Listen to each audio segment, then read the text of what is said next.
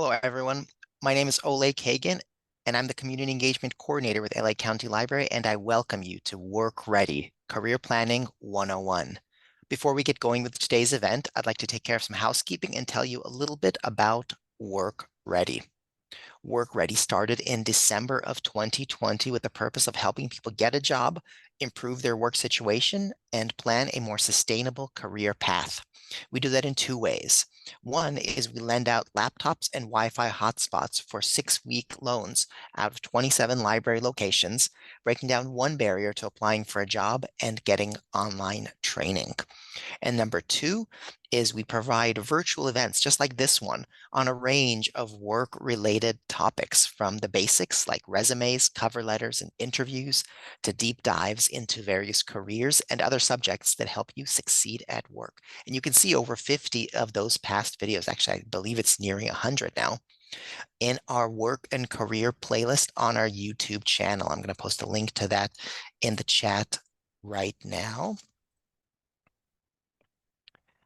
And the Work Ready program is made possible due to funds provided by the American Rescue Plan. And next week, we have another great event for you, and that is Work Ready, Boomers and Gen Z Thriving Together.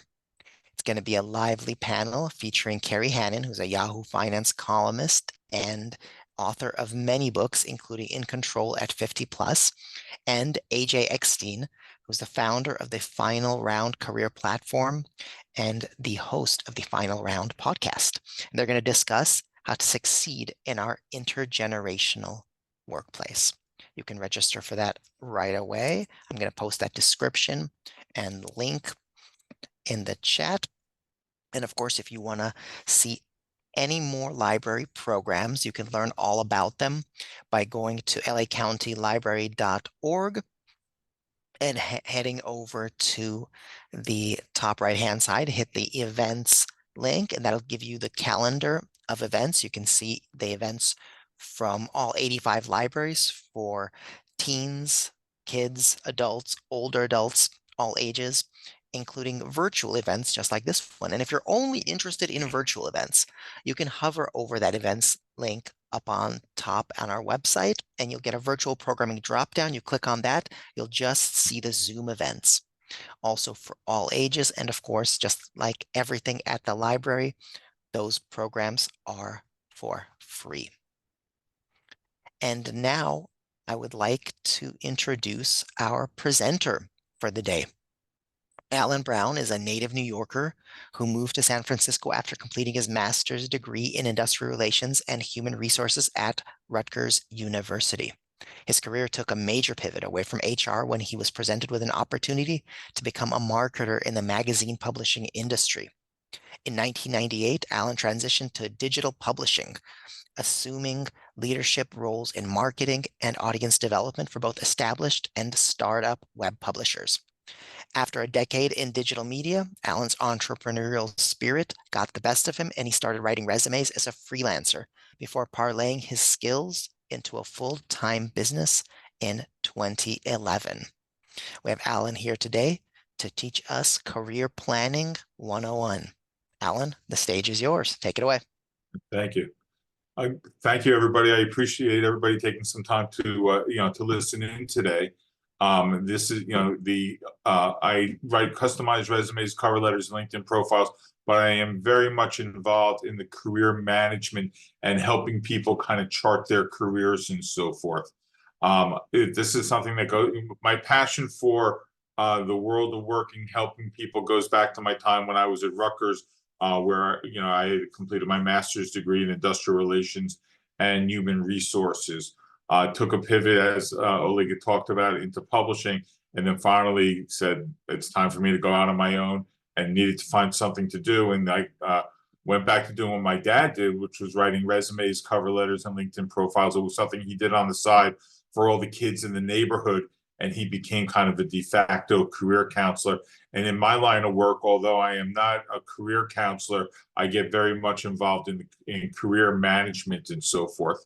So what we're going to be talking about this morning is understanding of how to be able to better manage your career, understand what's going on around you, and what is needed to be done in order to better improve your career, manage your career better, and achieve overall fulfillment from a career standpoint and from a personal standpoint.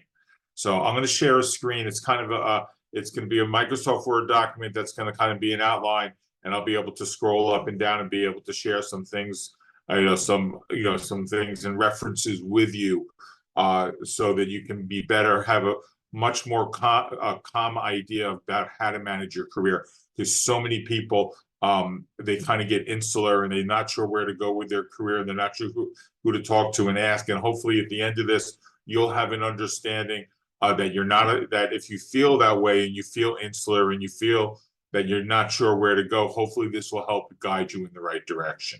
So I'm going to pull up this outline on the screen. If you just give me just a second, please.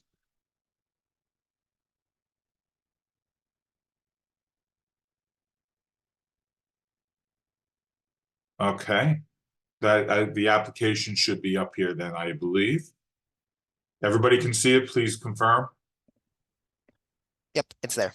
Okay, perfect. Okay, now the first thing I want everybody to understand is that most people will change their careers twice from the time that they finish up their high school education or even their college education up and through the time of retirement. So just because you went to school with the idea that you were going to be the greatest financial analyst in the history of financial analysts doesn't necessarily mean that you will move forward and you will finish your career as a financial analyst. So people change, lifestyles change, circumstances change, and that you need to understand that you are not a failure if you decide to change your career. It is perfectly understandable that people do change their careers, and they take pivots for certain reasons. Sometimes they take a pivot in a different direction for family reasons, and then 10 years later, they might swing back to their previous career, or they might go into a new career. But when you're determining where you want to be able to go in your career and understand your career path, you first need to really kind of have that conversation with yourself, saying, what do you like? What makes you happy? What is your orientation and your mindset? And there are a lot of people who just, they say, well, I just want to go to school and get a degree and start a career, and that's fine, but you're only going to get so far with that. You're going to need to make some hard decisions about what you want to do and where you want to be able to go. So you need to kind of decide and have that conversation with yourself, and even with a mentor, a family member, or close friends and so forth, to kind of help guide you, so that you understand what you are good at that point in time, because people change and things change and situations change. If your goal is to work as a park ranger in the national park system, then you want to be able to make sure that you have the right accreditations and education, to be able to start your career in the parks, in the national park system, or even in the state park system. But in order to be able to do that, you also want to make sure that you live fairly close to a park system.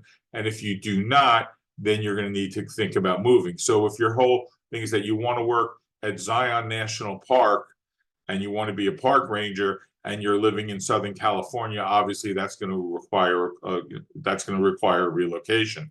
So you need to think about your geography of where you are at that particular time, and are you willing to do that relocation?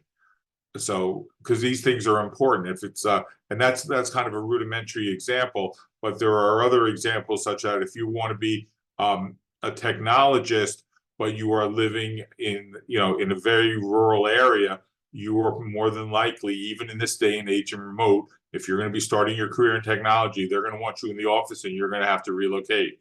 So geography is a major part of what we're speaking about here. If your goal is to be in hospitality, and your short-term goal, which we'll talk more about here in a moment, is to be able to accumulate as much financial compensation as possible. And then you decide that you want to be able to work on a cruise ship for 9 months, which is the cruise ship business works on contracts. They're either 6 months, 9 months, or 12 months, where you're basically working every day, but it's financial accumulation. Then you would need to be able to find a cruise ship, relocate to their port of call, and be able to to find work on that cruise ship. So your career path is set sometimes by geography, and as I mentioned before, or in terms of the park ranger, sometimes by education. But you need to be able to understand, you have to evaluate, is your goal realistic? If you live in Ohio and you want to be able to work by the water and you don't want to move, then your goal is not realistic. That's a geography goal. If your goal is to make as much money as you possibly can, but you're living in an area that's a depressed economy, you're going to have to move forward and you're going to have to relocate. There's also, you need to kind of take a look at your situation from from several different standpoints. Geography is something that I've just stressed a moment ago, but you also want to be able to take a look and say, what is your number one goal or your multiple goals? So in terms of establishing your career path, if your goal is to create as much financial wealth as you possibly can, then you're going to need to do a little bit of research and say what fields pay better than other fields. Where do they pay better? I live in San Francisco. The Silicon Valley is 25 miles to the south of me.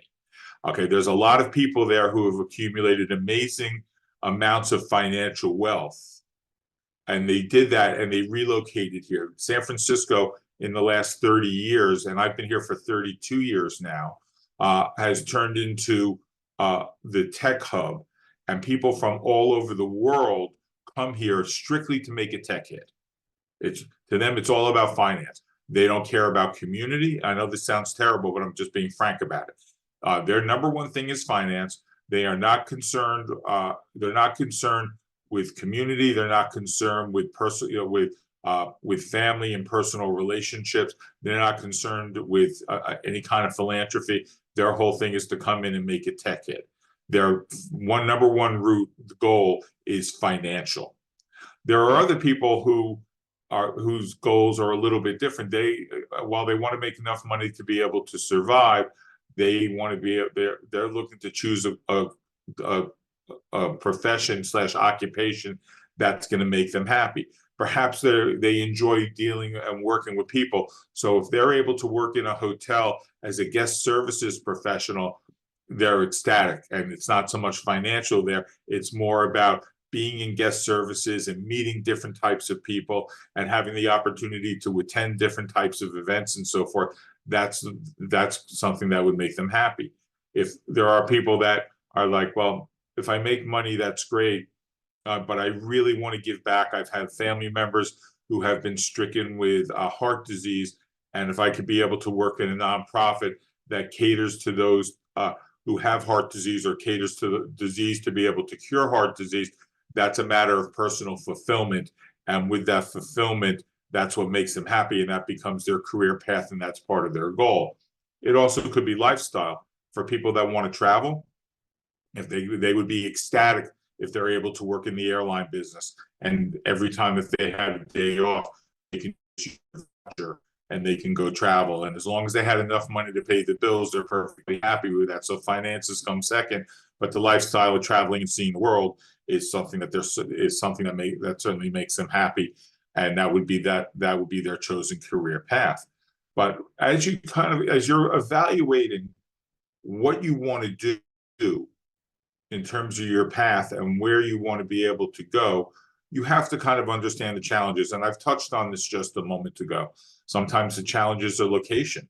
Sometimes the challenges that are the jobs itself. These jobs and these career paths are so popular that there's a tremendous amount of competition. And there's a lot of people going for very, very few jobs. A case in point here would be if you wanted to be a professional baseball player. Well, there's only 30 Major League Baseball teams, and each team has 25 positions.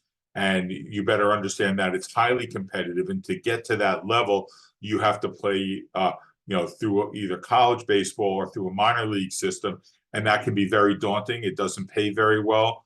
And the lifestyle is actually not very good. I have friends that have played college baseball and minor league baseball, and the competition is so severe that and so extreme, and the conditions are so bad that they opt out of it after a year or two because they realize that the personal fulfillment that they would receive does not meet their expectations. So there's these are challenges and so forth you need to factor in. If you don't want to work in an office and the position that you have is an administrative position, and that's mandating that you be in the office 5 days a week, but you don't want to be in the office because you don't want to commute, and you don't and you just prefer to kind of be home and just kind of do your thing, then administrative work might not be where where you should be looking, and you need to kind of evaluate yourself and have that conversation with friends, family, mentor, and of course be honest with yourself and decide that what you would like to be able to do. So you need to, these are challenges and issues that you must need to be able to face. There are certain sacrifices. If you wanted to be a doctor, and that's, it's a wonderful profession, and you have to understand that there is going to be a lot of education and a lot of cost and a lot of sacrifice in terms of your family life in order to get the necessary credentials and so forth to become a doctor. And then when you become a doctor, it can be an all-encompassing career that might not be conducive to a lifestyle, especially if you want to be able to get married, have children, and be very much involved in your children's lives. That might not be something that is conducive to the lifestyle that you want to be able to hold. So you need to kind of think these things through, and you need to be able to say, okay, I'd love to be a doctor, but I really would rather, it's important to me to be able to raise a family. I need to have a contingency plan. Maybe the plan is to remain in healthcare and find other things to do in healthcare that wouldn't be necessarily as time demanding as it would be for a doctor. It could be in direct patient care. It could be in patient administration. It could be even in healthcare IT, where you're making a difference in people's lives, but finding a different way to be able to do that. But you need to think these things through. In my line of work, I deal with a lot of clients, and I ask them to send me links to positions that are of interest to them. And they send me these links, and these links are so far off from where they are in their career at this point, or where they say they want to go, that I kind of have to come back to them and say, you need to establish what you want to do and be firm about that. And then be honest with yourself and realize that you're just getting a start in this career. So you're not really ready to be a senior manager.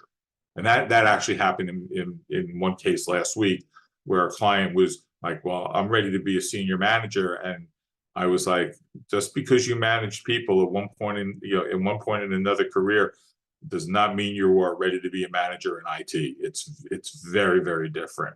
So that when you're establishing your career, you need to say, this is who I am, this is what my personality is, and this is where I feel I could be able to make a major contribution. If you're honest with yourself, then you're going to be able to come up you'll be able to come up with the path that you want to be able to pursue, and just don't throw ideas out there saying, I can do this, I can do that, without a lot of thought, because that's only going to set you back. It's only going to cause a large degree of frustration. Any questions of me at this point? You can put them into the chat or chatter into the QA. So there is a question in Yes. the Q&A. The question is, I'm a 61-year-old woman. This question is not quite related to, but it's a good Yeah. question. So we can cover it now, or if you want to save it for later, we can save it No, for we'll later. cover it now. Okay. I'm a 61-year-old woman, and 6 months ago, I left my job after 18 years due to a hostile work environment. I have used the 6 months to respite to relax and regroup, but now it's time to get a job. My question is, what should I say in a job interview when I'm asked why I left my last job and what I have been doing since I left? I mean, the way I would answer that, and that's something you keep short and simple, because the more you get into the issue of hostile environment, that will only end up hurting you, Paula. You want to be able to say that you worked at this company, you were there for 18 years, and at that point you felt that you had topped out and you had seen changes in the organization that were not conducive to you fulfilling your career goals, whether they be personal fulfillment in terms of the way that you feel, or professional fulfillment. So I would just keep that down as something. You've been there 18 years, you've seen the organization change, you didn't think that the changes were going to be conducive for you, and therefore it was time to leave. Keep that one simple, because the more you start talking about hostile work environments, it becomes negative. And negativity in an interview usually means that you end up backpedaling somewhere along the line. And when you backpedal, you usually end up hitting the door, unfortunately. So I hope that addresses your question. If you have additional questions, you can always email me. We'll provide all that information at the end. I'll be happy to talk to you about that, in terms of interview coaching and whatnot. Another question we have here is, how does one find a professional mentor? I finished graduate school almost 15 years ago. Well, it would depend. You want to take a look at the type of work that you're doing. I don't know what you're doing, of course, but you take a look at the organization work, and look at who the people who are more experienced in the line of work that you do, or if you're looking to possibly make a shift, take a look at people in the organization who have made that shift, and talk to them and ask them what was needed for you to be able to become successful in your field of choice. So when you're looking for mentors, you're really looking for people who have more experience than you, which is almost by definition, but experience in the field that you want to be able to go in. Whether you're staying in the same field, perhaps sales, or whether you want to go from sales and you want to be able to make an adjustment to a customer success role, which has a little bit of sales, but is not quota carrying and is much more about positioning customers for success as opposed to making the sale. Customer success can also be viewed as an account management role without a quota, and there's a lot of those type of roles out there. But the term itself, especially in the world of technology, has morphed over to customer success. So take a look at evaluate where you want to go and identify people who are in that field. Or if you don't want to stay in the same field, you should be talking to people with some more experience. Thanks, Ellen. And we have another question in the chat here. Is it wise to leave low-paid government jobs to move to high-paying contractor jobs? Every situation, Mita, on that is a little bit different. People take government jobs for the security and for the pension, retirement benefits, etc. If you're depending on the type of contract job you're going for, you might get paid more on one front, but that job might be not. It might only have a 6-month duration. So you have to understand that if you go into a contracting job, every 6 months, you're looking to either get that contract renewed, or you have to go out and find another opportunity. So there are people who take career paths, especially in technology, where they are just contracting. It's from one contracting job to another contracting job. We also see that in the hospitality industry, where there are people who are ski instructors, and they take one contract job to another contracting job. In skiing, it might be 6 months in California and then 6 months in Australia, obviously below the equator. I gave very diverse examples there, but if you're going to move to contracting jobs, you better be ready to have your resume updated at all times, because most contracting jobs are not open-ended, just by definition. And that contract, even though it says this is a 6-month contract and you're gonna end up getting well paid, we can end the contract unilaterally after 3 months. So just because it says 6 months doesn't mean that you're going to be there for 6 months. They can end that contract almost anytime they want, and you don't have any legal recourse. So you're looking at low-paying government jobs, a little bit more stability, especially when it comes down for retirement benefits. High-paying contractor jobs, you better be thin-skinned, and you better be ready to roll and keep that resume updated. Either path is fine. It depends on your personality and your chosen field. In tech, especially, and I mentioned tech a lot because orientation in our economy right now, and I live in the land of tech. In tech and in banking, especially financial banking or fintech, these people contracting, and I see resumes, people have been contracting for 10, for 10 plus years, and they just go from Wells Fargo, and then they go to Cisco, and then they stay at Cisco for 18 months. And a lot of places, when you contract, by the way, if you've been there for 18 months, you have to leave. You can come back in 6 weeks later, but they have to end the contract. So understand, when you're contracting, you better build up your network, and you better keep talking to people, and you better be nimble. And if you're not nimble, then high-paying contracting jobs are not part of your personality, and I would not recommend it. So there's another question here, and then we'll get back to to talking about goal setting and so forth. I'm in the field of architecture, and while attempting to apply for firms online, a lot of them want to see a portfolio of my work. I do not have a portfolio, but I currently identify books that should consist in templates of how they should look. I'm not sure how to create beginning my own projects. It's hard. It's hard for an employer to know how strong your architectural skills are if you have not built up a portfolio. If you've even built a portfolio as a non-paid, not compensated for this type of work that you do, I would recommend that you build up the portfolio to show them I would be the greatest architect in the history of architects, but I don't have any examples, but here's the type of work I would love to do. They would say, that's wonderful. Come back to us when you have some examples of the work that you've done. So you're going to need to kind of build up a portfolio. A lot of software developers, for instance, create mobile applications, and they put that as part of their GitHub, which GitHub is an online site where they can host their portfolio for people to look at, and it's non-compensated. You might want to be able to put together a series of drawings and so forth in architecture to be able to show the type of drawings that you do and the ideas that you have. But if you don't have any finished products, you're going to be looking at entry level or slash junior level type work, which is fine if that's where you want to be able to start your career. But that's kind of a prerequisite. They're going to want to see an example of your work. If you have that, if you're studying in the field, then you should have some examples to be able to show as part of your classwork. When you're done with your classwork and you're applying, then you're going to have some real life examples.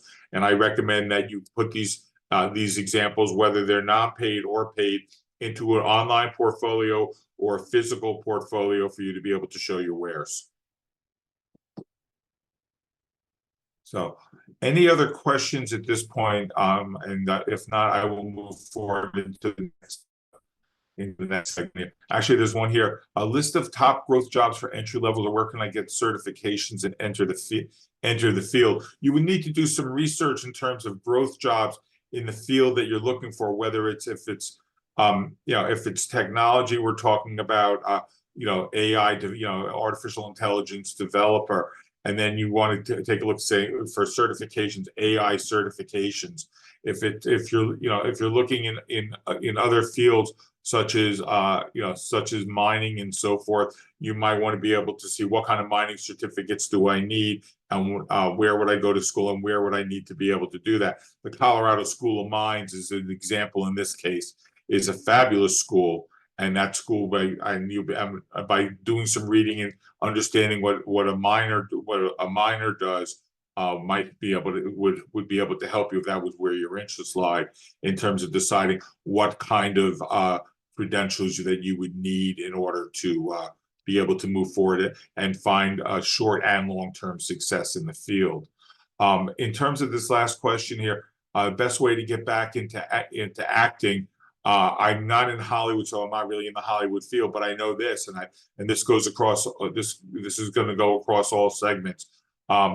Network, and network. Okay, if you were in acting and you were doing Broadway and so forth, I know it's hard. You haven't been in the field in a while, but you're going to want to reconnect. You're going to want to have a resume ready to be able to show to hiring managers, but you're going to want to get the names of the people, because I know this much, even though I don't work in Hollywood, I know this much, is that those best jobs are found by networking, and you're not going to find them published, on Variety.com in their classified section. So the best way to get back in is just keep networking. Network, and network. So, um, with that being said here, we have something about a Udemy certification valid to apply for a job. I can't really answer that other than the fact that certification is required for that one particular position. I would then you should make sure that it's prominent on your resume and that you should move forward and you should apply for that job. So if you have additional questions and can expand upon that, at the end, you'll have my email address, and I'd be happy to arrange a conversation and respond by email to that.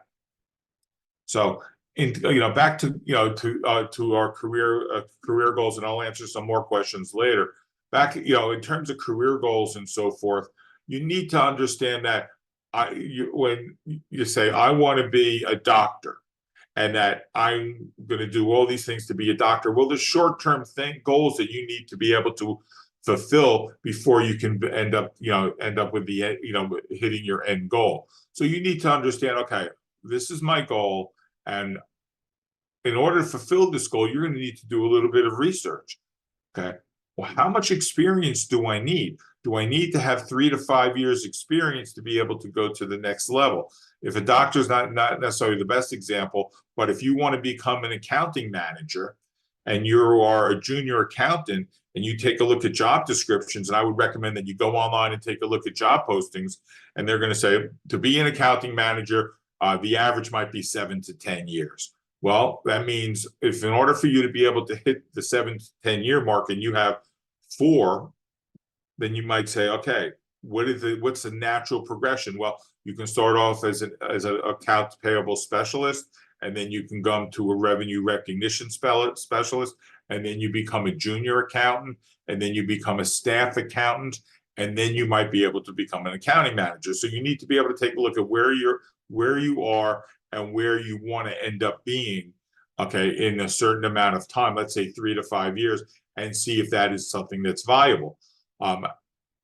If you don't do that and you just be like the gal that I was dealing with last week who just wanted to end up becoming a senior manager, you're not being realistic because you're setting your expectations based upon basically no evidence at all. So if you say, okay, my first goal is to become an accounting manager, you need to take a look and say, okay, this is where I'm at now. Accounting managers, they do not require master's degrees, but they're looking for somebody with very with at least a bachelor's degree. They're looking for somebody that understands QuickBooks in terms of a technology skill. They're looking for somebody SAP, Oracle, and the different technology programs that companies use. They're looking for somebody who is analytical in terms of a soft skill. They're analytical, research-driven, collaborative, meticulous in terms of how they work with numbers and so forth. So you want to be able to evaluate, do you have these skills? And are these skills that would fall into your wheelhouse in order to be able to make it to the next step? They might say, we're looking, for an accounting manager, we're looking for somebody who is able to set a strategic direction for a department. And at this point, if you're more tactical, you might want to start trying to build up scenarios and so forth where you can be able to make a contribution to to your current department and say, this is where I think we should need to go, and this is how we can streamline our process in order to be able to turn our month end close faster. That would be much more strategic in making those contributions and finding ways to do, finding ways to be able to do business better.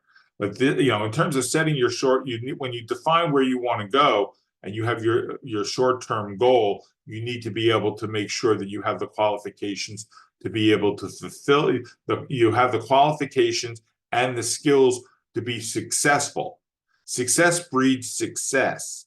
And if you're like, I want to be an accountant, and somebody goes, why? And I go, because it pays a lot of money.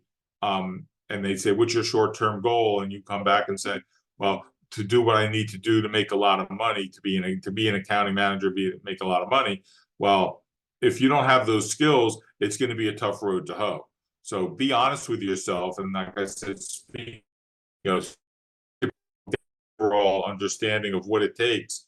Do some informational interviewing to make sure that your short-term goal is consistent with what that organization is, what that person believes is going to make you successful. If you don't have those qualifications, or you don't have those skills, or that's not part of your modus operandi, then you need to reevaluate what your short-term goal is, because otherwise you're going to fail. And failure doesn't have to happen. But if you do your planning, and you understand and you're honest with yourself, what are your core competencies? Okay, if you know in this, if you want to be an accounting manager, obviously you have to be good with numbers. You have to be able to reconcile spreadsheets. You have to be research driven. You have to be analytical. You have to be collaborative, because you're going to be dealing across all different departments, all different people. You have to be able to talk to vendors. You need to talk, vendors. You need to talk to sometimes auditors, outside tax lawyers and whatnot. These are things, you need to be able to be honest and be able to say, this is something that I think I would be very good at. And, or this is something like, wow, it sounds really good, but in second thought, maybe I need to go into a different direction, and so forth. So as you're going through your short-term goals, and as I mentioned, talking about to other people and so forth, you want to be able to, as you're trying to establish yourself, when I say in part of the progression here, are there networking organizations to help you? Those networking organizations are actually professional organizations, which are organizations where like-minded professionals are gathering to be able to exchange ideas, to be able to network for new jobs, and be able to help advance their careers and their career segment. So as you're going through this process, if you want to be an accountant, you might want to take a look up local accounting organizations, professional organizations in the area where you live, and go to one of their meetings, or take a look at what they have to offer on the website. I think you might find that to be very advantageous. In terms of short-term career, you got to do your short-term first before you really think about long-term. You can say long-term, that you want to be the vice president, and that's great, but understand how to be able to get to the vice presidency. And there's going to be things that are going to happen as part of going through this exercise, whether they be family oriented, such as you want to become a vice president, but you also know that you want to be able to raise a family, and that you're going to need to be out of the workforce for a significant period of time.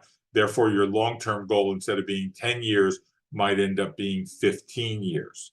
Nothing wrong with that, but understand the sacrifices that you will have to be able to make in order to be able to achieve some of these goals, as well as kind of take a look at the organization that you're currently looking at, or the organizations that you're interested in order to be able to see where are you going to have to change companies. You might be in a small company, and you're going to see that as the company, as you want to be able to grow in the company, you get stifled, because companies are like this, and there's only a certain amount of positions at the top. There's more in the bottom layers of the organization, and you might realize, in order for you to go from here to here, you might have to go to another organization. Please hold for just a moment. I'm sorry, there was the sun, it's been very cloudy and rainy here in San Francisco, and the sun just came out, and the glare was just getting on a little bit over the top for me the last couple of minutes. So that's why I just had to close the blinds. But as you're making these goals and so forth, you have to understand that as companies change, as industries change, and this country has changed, very few people, with the exception of people in government jobs and so forth, are working for a company for 35 years and just keep going up the ladder and getting merit increases and new job titles and promotions every couple of years. If your long-term goal is that you want to stay in the area where you live, you want to be able to accentuate to an executive management position. In many cases, as you go up the pyramid, you might have to adjust and go to another company. One of the things that is going on in the job market right now, as people want to be able to secure more compensation, is that people are moving around companies more and more than ever before. This is an important factor in terms of evaluating your short-term and your long-term goals, because if you get hired by a company today, 3 years later, more than likely, you're going to be underpaid. And if you want to be able to stay on your career path and be properly compensated, you're going to need to move to another company.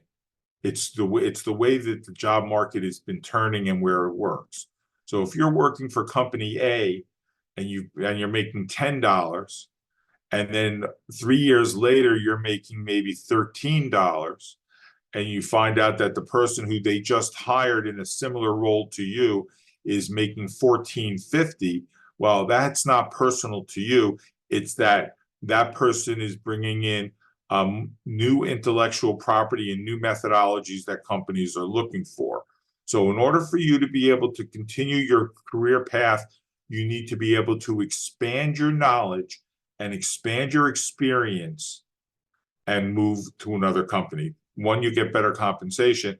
And secondly, you're going to learn new methodologies on how to be able to do things. And you need to be able to incorporate this new knowledge and these new ideas into the way that you work in order to be able to make yourself more valuable and promotable. So this is just not about financial, it's about the ability to get promoted. Because if you're doing the same thing for one company and they give you the promotion and a few dollars more, you're not really expanding upon your career because you're not learning new methodologies being managed.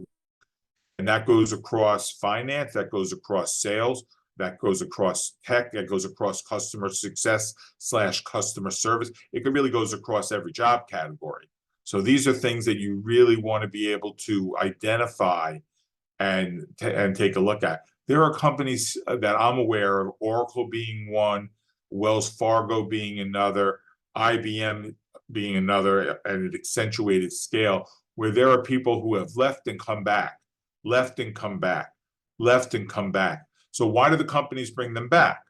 So they bring them back at a more a higher level position, a more lucrative position, because they've expanded their career. They've gone on and learned different things. Perhaps they've gone on and gotten new certifications. Perhaps they went out and they had a bachelor's degree and now they have a master's degree. So it was all part of your goal planning for short term and long term. You want to be able to understand that you might have to jump around a little bit. You need to develop that action plan saying, I love working where I am. It's a great company. I really enjoy the people, but I'm not going to get to where I want to be unless I move forward and I get the certifications I need. I get another degree. Perhaps I have to go work in another industry, but in a similar job, so I can make my background much more well-rounded, so I can be more marketable.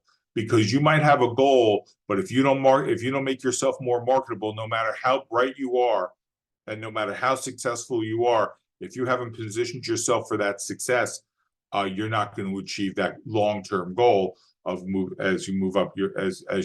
So you need to be, your motivation here is understanding that things change fast, and you need to be nimble, and you need to continually build upon your skills. And if you sit and you rest on your laurels and say, this company is growing and I'll grow with the company, that only works to a certain extent. And that wasn't always true. But at this point, I think that only works to a certain extent. So understand the challenges that you're going to have, the obstacles, the sacrifices you have to make. You might not want to leave because that job that you're in, you love it, you want it, wonderful, you think the company is great, it's 15 minutes, but now you're going to have to commute. Or even if you're working a hybrid 3 days a week, you're going to have to go 30 more miles away, and you might have to be there every day for the first couple of years. So in terms of understanding your career goals, it gets a little bit more multifaceted. And as part of that, understand that you better be nimble, and you better understand that as you make these choices and so forth, there are ramifications. So at this point, I'd like to take another set of questions before I move into career path and career changes here. So I will go to the Q&A. Okay. There's a question here. I have a past role as an underwriter in the insurance industry. Now I want to become a sales engineer in the tech industry. How do I demonstrate that these roles are quite similar, and therefore I can make a seamless transition into a sales engineer? Well, when I take a look at an underwriter, there's a certain sales element. There's a certain pre-sale in terms of as you're, in insurance, in terms of before you write the policy. And then there's the support function as well. A sales engineer, okay, in tech, they're pre-sales engineers who are putting together sales demonstrations in collaboration with the sales team in order to be able to close the sale. And then the post-sales engineer is an implementation specialist. Basically, they're helping the sales team, or they take over the account, and they're doing the integration and the implementation of new hardware and software tools.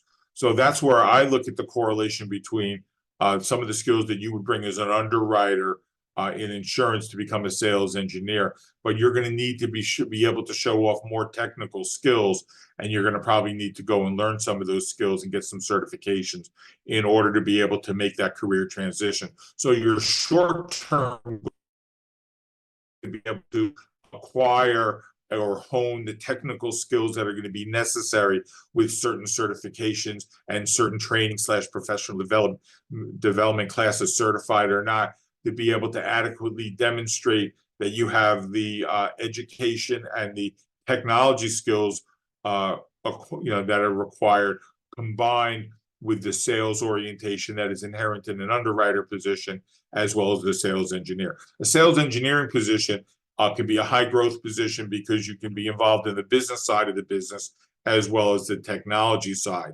And in the as an underwriter, there's really no technology side of the business involved as much as the sales side, but you need to be able to demonstrate the sales side from the underwriter combined with some of your professional development. And additional questions about that I'd be happy to address by email as well.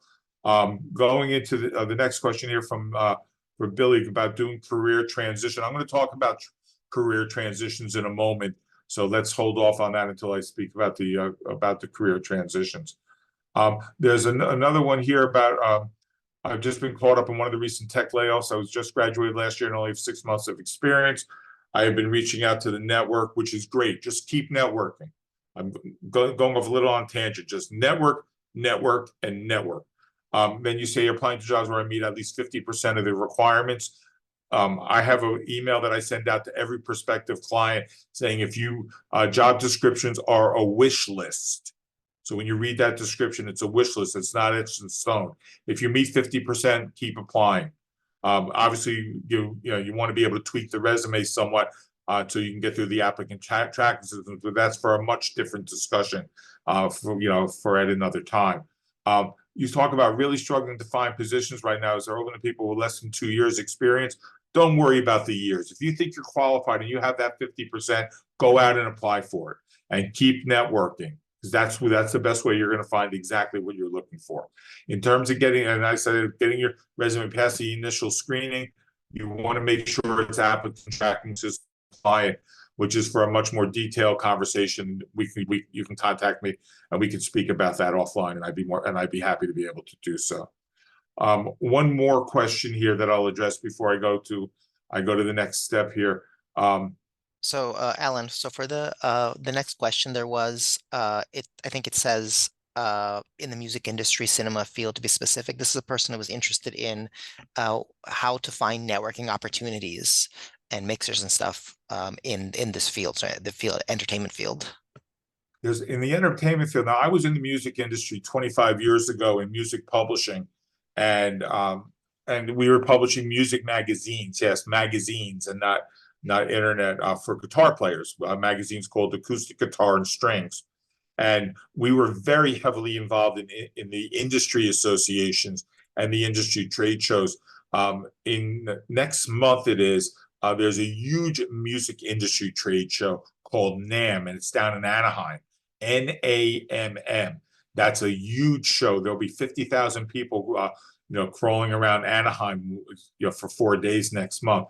You want to network and find these industry associations that are applicable to the type of music you're talking about, whether it be electronic music, whether it be music publishing, whether it be of musical, event management and so forth, and keep networking your way in. That's a big that industry, from my experience, it is a huge networking experience, and it is a huge networking opportunity. And most of those jobs are found through networking. Even at this point in my life, my resume business is my full-time business, but I also work with the NBA and the NFL as a statistician, and I have for many, many years. It's a side thing for me. I've done it since I began my career, and I work with sound engineers all the time. And those guys, they work an NBA game one night and they're working a concert the next night, and they just move from event to event and event. And how do they get that work? They network, and they don't stop networking. That's all those guys do. They're constantly building up their network. So my recommendation would be, as I mentioned in this just a moment ago and throughout this conversation, just keep networking, find those associations, meet people, and get your name on those lists. Sometimes you might even have to join the union depending on the work you do. But that's for a totally different conversation. And I'd be happy to address that offline. Okay. So let's jump back into what defines career success and so forth. And I'll take more questions as we kind of go through this. So we're going to talk about career changes as well. In order to be, as you're going through your career path and so forth, companies / employers have requirements. You have requirements. And as you're determining what's going to make you happy, you have to understand that you're going to have to meet a company's requirements, but you also want to be able to you also want to be able to maintain your relationships within your personal life. So if you're going for a job and these companies are looking for certain certifications, especially with AI engineering, which has become so prominent, they want training classes, they want certifications, they want at least a bachelor's degree in applications engineering or a related field. You're going to have to be willing to put the dedication and work in to be able to get the credentials that companies are looking for. There are certain times where companies might not necessarily be looking for the degree, depending on the job you're going for, but you need to do some research and evaluate, what do companies demand? What are their requirements? And then balance that out with what are your life requirements? If you are, in terms of your personal life and your family life, make sure that if a company is looking for you, to be able to work and be on call 24/7, but that's not something that is appealing to you or appealing to your family, that might not be the best career path. Just yesterday, I was dealing with a client who made a career transition from Treasury, working for companies in a Treasury department, helping determine finance, corporate finance, to going to an IT project management job with a fintech. So she stayed in the same industry, but she went to a different position. Little did she know that the company would require her on a couple times a month to stay awake for 36 hours in a row. And I can't make this up. 36 hours in a row in order to be able to make sure that a technology implementation went into place. And I was incredulous on the other side of the phone as I'm talking to her about this. And I've worked with her in the past. And I basically said, if a company is asking you to stay up for 36 hours in a row and that disrupt your life like that, I'm not so sure that that's the path you want to take. And if you do, and if that's common within the sector, then you want to get away from that. And if it's not common, then you want to get away from that company and start finding a job. So you need to kind of evaluate. That's kind of a rudimentary and very different example, but you need to say, what defines success? What is your work-life balance? How much dedication do you need to get the credentialing? Is there room to advance in your career there? Agile coaches, people that teach agile methodologies and scrum masters in companies, the career advancement in those jobs, while as important as those jobs are for keeping IT related projects on track, those jobs they hit a fork in the road, and that fork veers off to the side, and they are expenses. They're a cost center, not a profit. And those are the people in tech that if they don't get laid off first, they're on the top of the list. So you need to say, okay, this is where I want to go, but this is short term, and it might lead me to something else because it's too narrow, and there's a lot of competition for those jobs. They pay decently, but how far can you go with them? There's no such thing. I've never seen vice president of Agile or vice president of Scrum. Those jobs don't exist. Those positions top out. Not every position can accentuate to the top of the ladder. That's just not the way the corporate world works. In terms of defining success, I alluded to this earlier. Location. If you want to be a park ranger at Zion, you're going to need to move to Utah. Okay. If you want to work on a cruise ship, you're going to need to move to a port of call. If you want to be able to work on localization projects that involve global influence on products, on products, whether they be consumer products, technology products, or otherwise, you may need to move. If you're working on projects that are going to be for Thailand, you might need to either to learn the Thai language or move to Thailand. So these are things that you should be researching as part of defining your career success in terms of the path that you're looking to take. And of course, you want to be able to understand what salaries are. And a lot of people say, that sounds amazing. I would love to do this job, but then they find out that the job doesn't pay very well.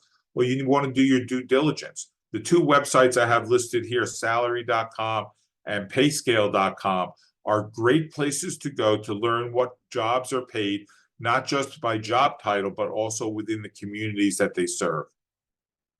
So when I say communities, geography. So you might find a job in LA might pay $65,000, but the same job in Salt Lake City might only pay $52,500.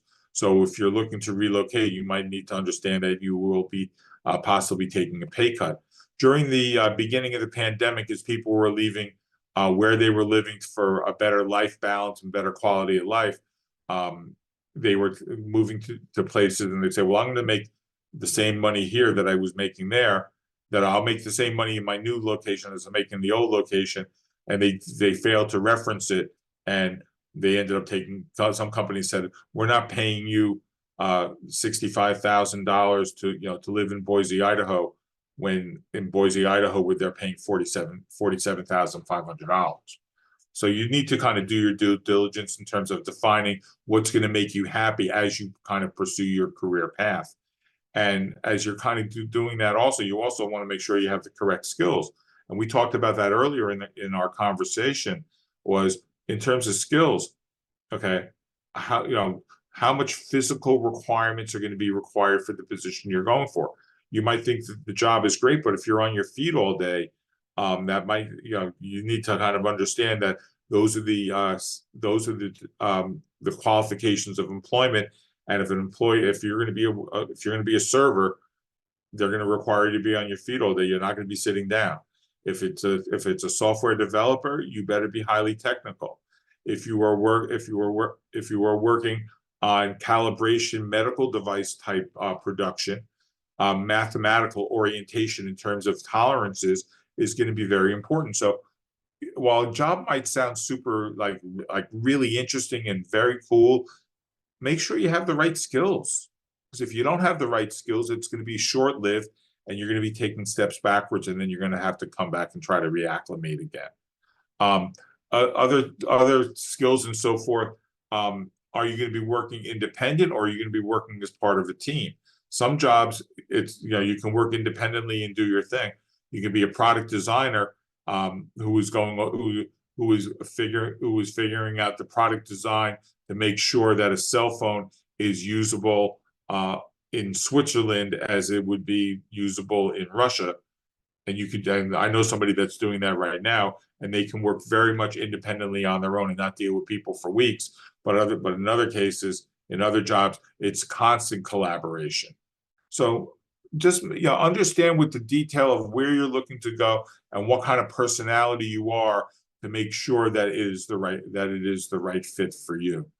And these things, they sound daunting, but they're not. Just be honest with yourself.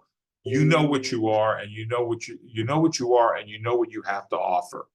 And if you're not totally sure, when you speak to your friends or you speak to your mentor or family, you'll get you'll get a pretty good idea of of the skills that are necessary to be successful as you determine your career path or even your career change.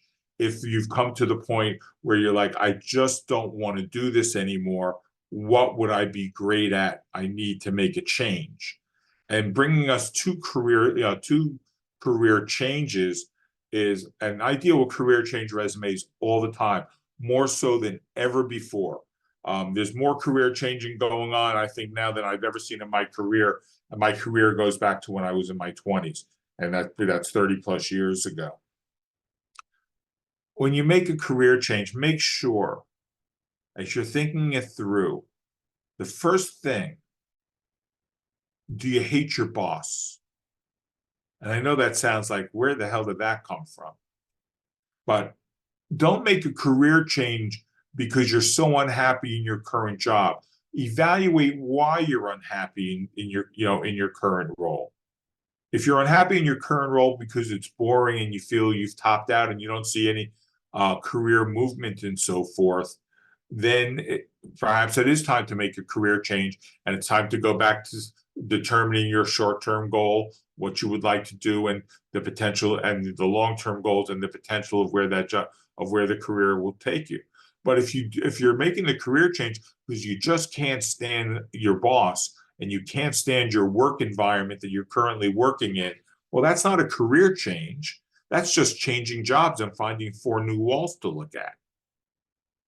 So don't make career changes and don't be rash about making career changes. Really evaluate it.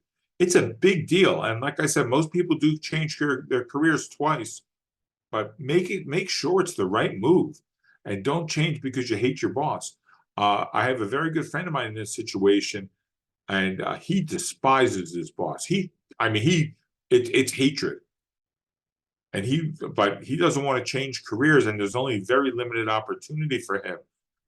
He's a media producer in sports, so he has some decisions to be able to make. He would love to be able to change careers, but he would love to be able to change careers and change change companies, but there's only a certain amount of opportunity. So when you're going through this, make sure you're doing it for the right reasons. If you want to change career because you're bored, you've topped out, your interests have changed, your family situation has changed, whether it's because of children or your spouse is going to be relocated and you're really relocating to a place where there's limited jobs, make sure you make the decision and really think it through and see what the skills are to the direction that you want to go, as we discussed before, and make the change and make it correctly. The more you think this thing through, the better off you're going to be. And take a look, what kind of skills do I need? Do I need to go back to school? Do I need to get certifications? How long is it going to take me to do that? Do I need to totally immerse myself in school for 2 years in order to be able to change a career to where I need to go, but I still need to make money? How am I going to do this? Think these things through. Just don't do things on a whim. By doing things on a whim, it's not a good idea. And you want to make sure that the skills that you have, so that you can leverage some of these transferable skills so that you can be able to make these changes. We talked about sales and customer success before. If we're talking about being a software developer and then being an IT project manager, you can talk about how you were a team lead, how you helped organize software, how you helped organize software development projects and so forth, and how you were able to help with project planning. Because I consider software developer to a project manager career change, because you're going from the technical side of the house to the business side of the house. So what transferable skills do you have that can be able to flatten that learning curve in order to be able to make that career to make that career transition? A common career transition that I'm seeing now is a lot of finance people looking to move to operations. And people will say, well, they're very different things. And the fact is that they're not, because if you're in the financial side of the house, whether it's an accounting or financial analyst, you're all about improving processes. You're all about lowering costs. You're all about improving workflow. You're all about analyzing the business. So there's a lot of skills that are transferable, but it is a career change. But make sure you understand what that career change is, so that you can be able to move forward and you can be able to handle that change efficiently and effectively. So career changes don't have to be complicated, but as long as you're honest with with yourself, and you understand the ramifications that are involved with a career change, especially when it comes down to work-life balance, even possible relocation. And remember, if you hate your boss, and I really stress this, go find another job in your career. Don't change your career. You change your career and you make a terrible error, you're really setting yourself back. And sometimes you can never really totally recover from that setback.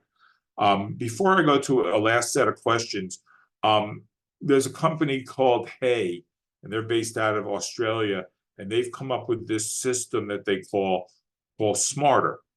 And so basically, as I mentioned here, when you're formulating your action plan, remember to clearly define your objectives, your short objectives and your long-term objectives, so that you can be successful in terms of being able to manage your career. And we talked about, in terms of Smarter and Pacific, we want to talk about don't be ambiguous. Don't straddle the fence. Make a decision and move forward with that decision. When you make the decision, you're going to be thorough, be comprehensive, narrow it down, say, boom, this is what I want to do, and don't straddle the fence. If you straddle the fence and you start starting to have, and you're trying to leverage everything against itself, you're going to end up with something.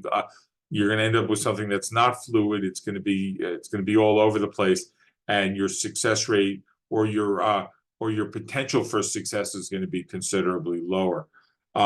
You want to be able to take a look and say, okay, this is what I want to be able to do, and then be able to measure your success. If your success is measurable by salary, be able to say, my goal is to be able to have a job, and I want to be able to make 100 grand by 3 years from today. Make sure you're able to measure that and see what you're going to be able to do to get that success. Maybe if it's purely financial, it might involve leaving a company, as I mentioned before, and getting another job where you will get paid more, as the nature of leaving jobs, getting more pay in order to be able to fulfill your requirement. You also want to make sure that whatever your defined career goal is that it's achievable. Okay, make sure it's achievable, and achievable is defined by a number of factors. Achievable could be about how motivated are you to do this? What is the competition that is out in the marketplace? Are there a small amount of jobs and a lot of people vying for these jobs? Do I have to relocate? Do I have to go back to school? Do I have the time to be able to make this work and to be able to incur success? So these things are you need to factor these things in as you're going through your career, not just a career change, but really your overall career management and where you want to be in 3 years, 5 years, or even 10 years. And you want to be realistic as well. I mean, there are external factors that become involved, whether they're geography, whether it's pay, whether it's family, whether it's training. Be realistic. You might not be able to achieve some of these goals because there's just not enough hours in the day. They can be very costly in terms of training, and there might be some things that you might not necessarily want to do to be able to achieve that goal. So be realistic. Be honest with yourself. Understand that by being honest with yourself, you're setting yourself up for success. Not being realistic, you're setting yourself up for failure. And as you're kind of going through this whole exercise of being realistic and achievable, set timelines. Is this feasible within a certain timeline? If you say I want to be able to get this job, but by the time if I keep doing it, if I'm able to get this job, I got to do it while I'm young, because I won't be able to maximize my potential when I'm 45, because the marketplace might not allow me to do that, such as for reasons of age discrimination. which does set people back in terms of their achieving their career goals. Be realistic, understand the timelines, create timelines, follow the timelines, reforecast the timelines when necessary. And you also want to feel, as you're going through the exercise, make sure you feel empowered. Have the right support system behind you. Make sure that when you're putting in as you're putting in your strategy for being able to achieve career success, set parameters, set timelines, set short-term goals, medium goals, and be willing to change when you have to. Sometimes you have to. Okay, sometimes these changes are unanticipated, and therefore be flexible, manage your change, understand the change is coming, and stay well read. Don't just don't rely on talking to people. Read subscribe to industry association journals, whether they're trade magazines or whether they're online. Read and stay on top of the game. And kind of related to this, and finally, would be reviewable. As I said, reforecasting, I'm sorry, slash reviewable. Be flexible. Understand that you have to be nimble, and I've used that word several times here. Be nimble, reforecast, and sometimes your path to getting to the end goal, whether it be a short-term goal or a long-term goal career-wise, is going to take a very, very different path than you anticipated. I never thought that I was going to go into marketing after getting a master's, but life got in the way. There were some health issues in the family. I had to make some quick changes in order to be able to provide support. So I did it. I was nimble. I was flexible. It worked out well for me. And I'm glad, I have absolutely no regrets on where it is. I don't want any of you to have any regrets either. So we went over a lot of content this afternoon. I do want to answer a few more questions, and I'd be happy to take any email questions. Now, if you send me an email question, I will answer it. I'll get back to you as soon as I can. But let's take a look at some of these other questions that I have here in the Q&A.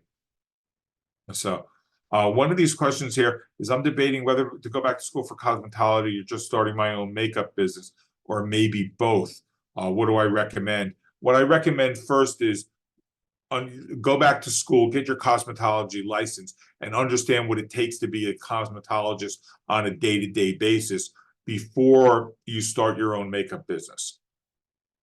Because one, in your line of work, in order to be able to accumulate clients and so forth, you're going to want to be able to see the credentialing. And secondly, and myself, I'm an entrepreneur. I have my own business. It's a lot of work. It's a lot of effort. I'm proud I do it. I'm happy I do it. It's the best move for me. But don't try to do two things at once, because if the first thing doesn't succeed, the second thing is not going to succeed, and you're going to end up miserable, and you're going to end up while you're wondering what you do. So understand what it takes to be a great cosmetologist, not just a cosmetologist, and then and then as you evaluate your skills and so forth, do you have the skills, the wherewithal, and the personality to be able to run your own business as opposed to work for somebody else? I would do all that first. I would not try to do both at one time. When you try to do too many things at one time, ultimately you end up having some failure. Excuse me. I am a senior manager at a local government agency with 25 plus years experience. I'm looking at this, okay, for housing. You've been at current agency 10 years and ready for a change. How do I transfer my skills to the private sector or different agencies?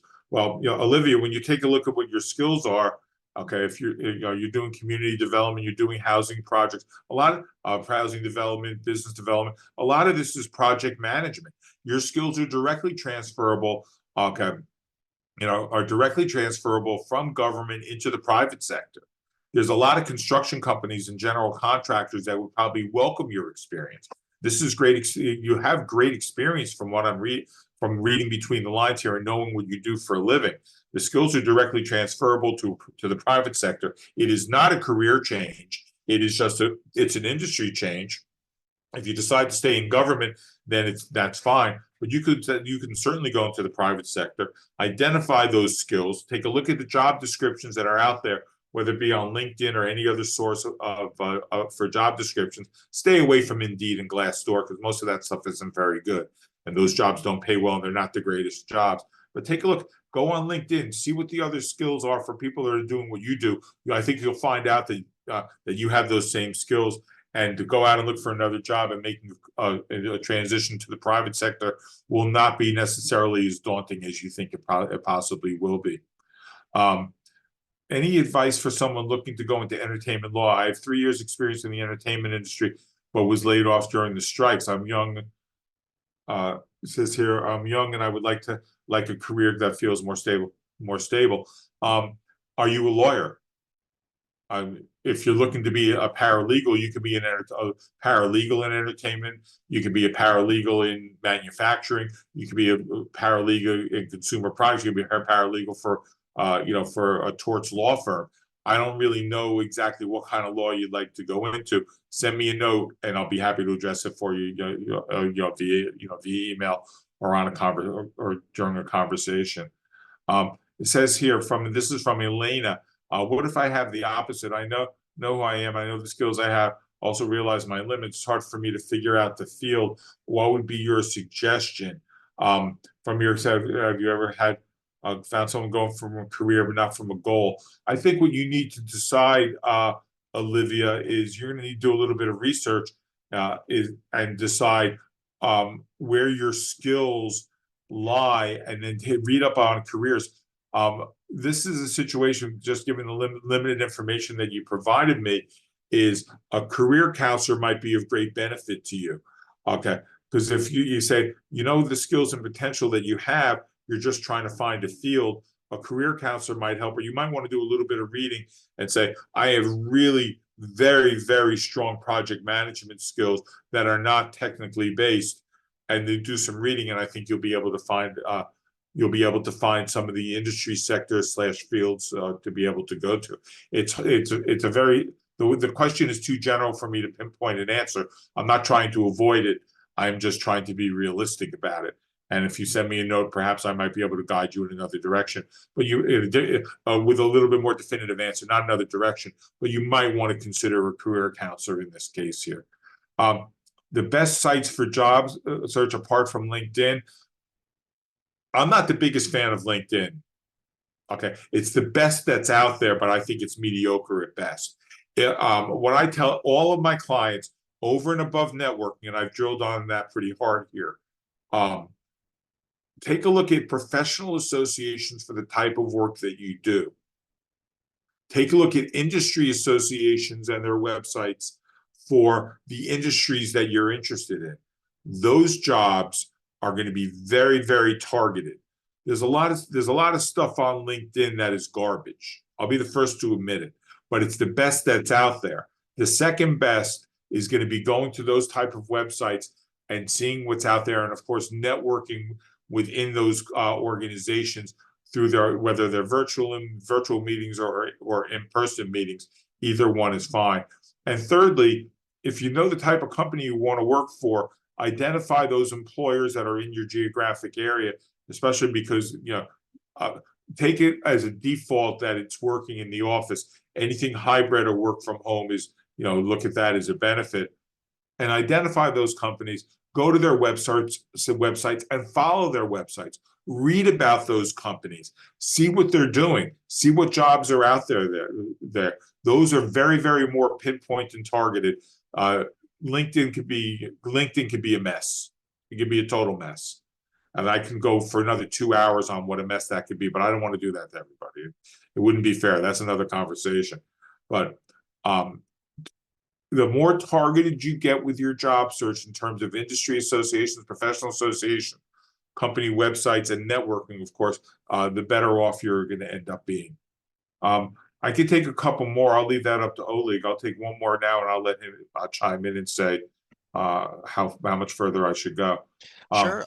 We've got some time. So if you're okay with sticking around for a few more, Alan, I mean, there are a few more questions. As long as I'm not boring anybody to sleep.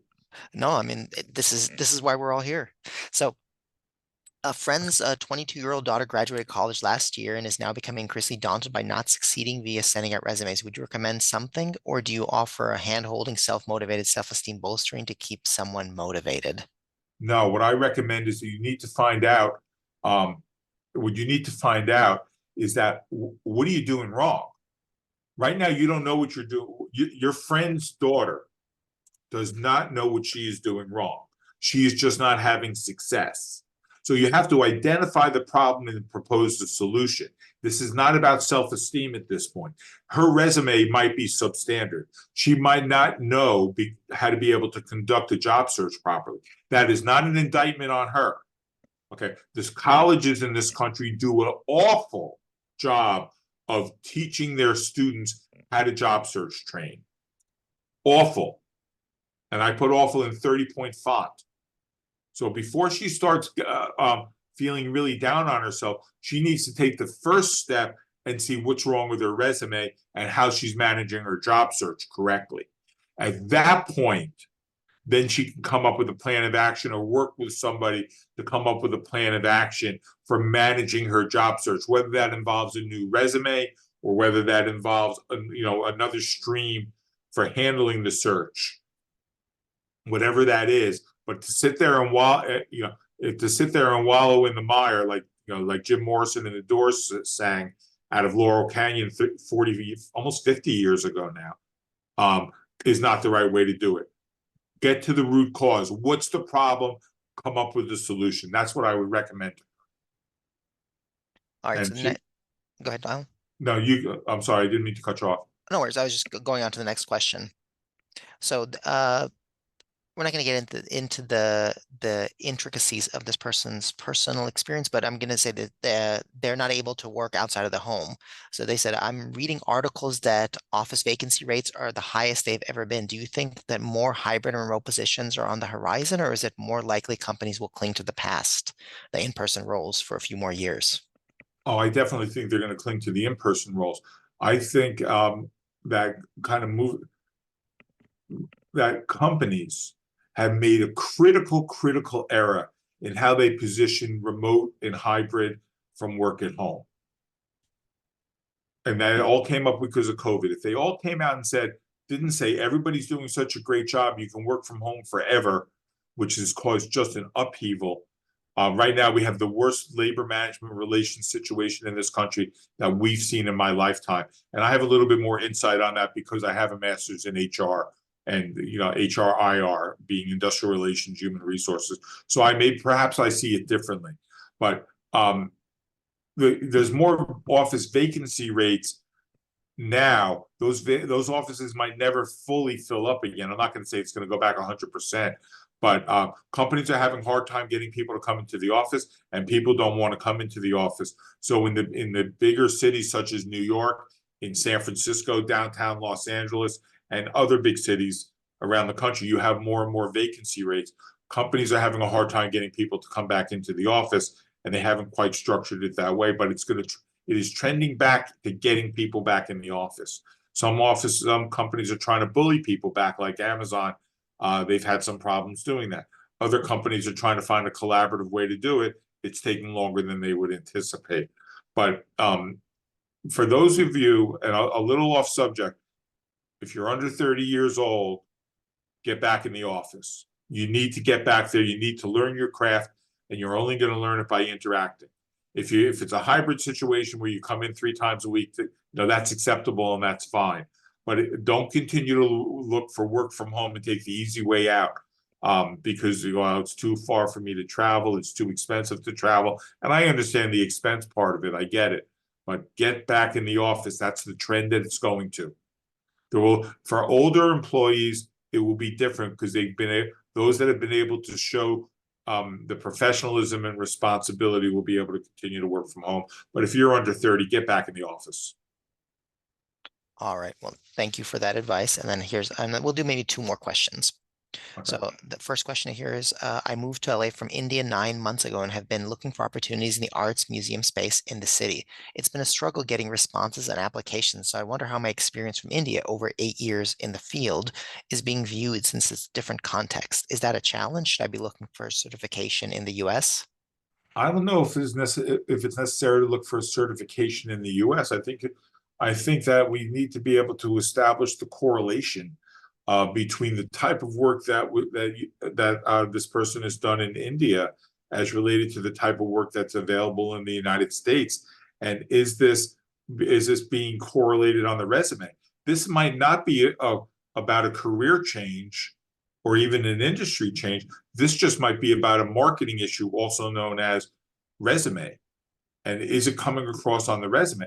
She doesn't need, he or she, I'm sorry, I don't know you, I can't pronounce your name, so I'm not exactly sure what the orientation is here.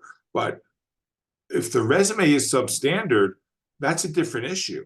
Look, LA is a very culturally diverse town. There are dozens of museums and art communities that are, all throughout, the greater Los Angeles area. It's how you're portraying it on the resume. Okay, you can't come up to a decision that you need to go out and get certifications until you know your resume is up to speed and you're not getting any traction. So you're looking a little too far down the line. Let's take a step back and say, are you getting through the applicant tracking systems, which are the scanning tools that companies are using to determine qualification of employment? Are you getting through those scanners? If you're not getting through the scanners, but you might have everything that they're looking for, now you have a resume problem. So you need to kind of take a step back and say, how are you marketing yourself and how are you managing your job search before you take a look and start saying that your experience is not applicable? All right, we'll do one more question and to jump down a little bit. Somebody asked if there are career counselors that you could recommend, but I'm going to rejigger that question just a little bit. I'm curious how you feel about when people are interested in career counseling, when they're looking for a jobs coach. So it's a two-part question. What criteria would you use to evaluate, as someone in the field, evaluate a career coach? And then the second question is, what do you offer? And we'll end with that. Okay. Um, when you're first talking about a career counselor, you want to find somebody that is credentialed. Don't take somebody who's just out there who's providing guidance and so forth for career counseling. People ask me to be a career counselor all the time. I know I've been doing this. This is the resume is a full-time business for more than 10 years now. But I don't offer career counseling service because I don't have the credentialing and I don't feel comfortable doing it. Because I feel I have to be credentialed. It's a very ethical thing with me. But I would be looking for people who have a master's in counseling, who have certifications in career counseling, and they are out there. I am affiliated with a couple of them who are very reasonably priced as well. Be careful about price gouging. It's a little bit of a different subject, but you want to find somebody who is credentialed. They don't have to have a master's in education. They don't have to have they don't have to be they don't have to have a degree in psychotherapy or anything along those lines. I would be looking for career counselors with credentialing. That's the most important thing. If you're looking for a couple of people, I'd be happy to provide names.